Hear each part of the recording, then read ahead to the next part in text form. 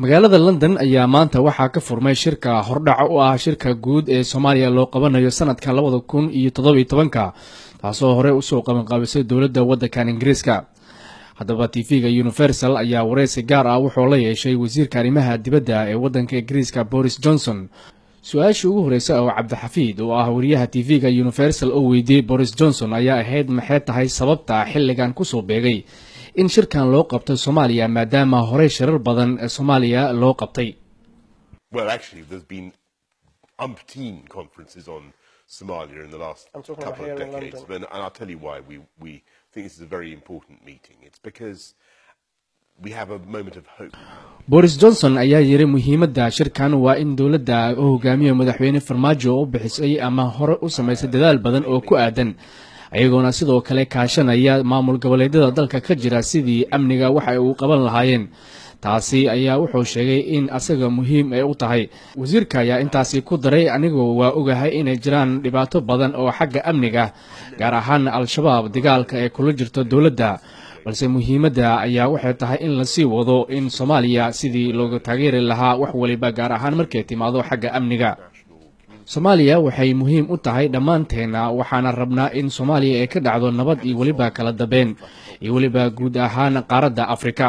waxaan aaminsanahay in taasi waqti badan ay qaadatay xilligii dadka Soomaaliyeed ee ka faa'iideysan lahaayeen kheyraadka waddankooda uu leeyahay. hadda waxaa la joogaa xilligii dadka Soomaaliyeed ee ka shaqeyn lahaayeen sidii dalkooda ay wax u qaban lahaayeen.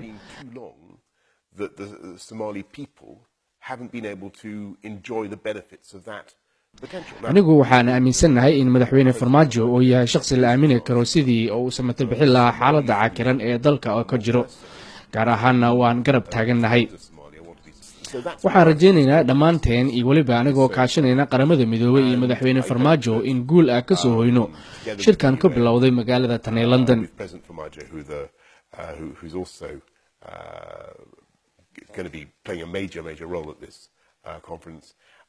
I hope that there will be a consensus about what the government of Somalia is doing and support for that.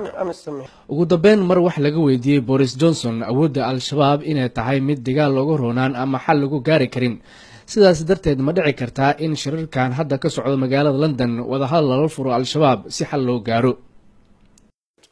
What we want to achieve in this conference. wasiirka ayaa ku jawaabay waxa aan rabno waxay tahay in gaar ahaan shirkan lagu caawiyo dawladda iyo waliba madaxweyne Farmaajo barnaamijka oo la yimaado gaar ahaan markay timaado xagga amniga. anigoo waxaan rabnaa in dawladda madaxweyne Farmaajo qorshaha iyo barnaamijyada oo la yimaado inaan ka caawino iyo waliba sidoo kale beesha caalamka inaan ku dhiirigelino sidii Soomaaliya oo ah waddan hadda hami wanaagsan u haya sidii cagaheeda dib mar kale u istaagi lahayd iyo waliba mustaqbal wanaagsan u hiigsanaysa waa haddii arrimaha taagan wax laga qabto. This is a country with extraordinary potential and a great future if we can address that fundamental issue of security. Abdirashiid Mohamed Abdirashki, Universal TV, London.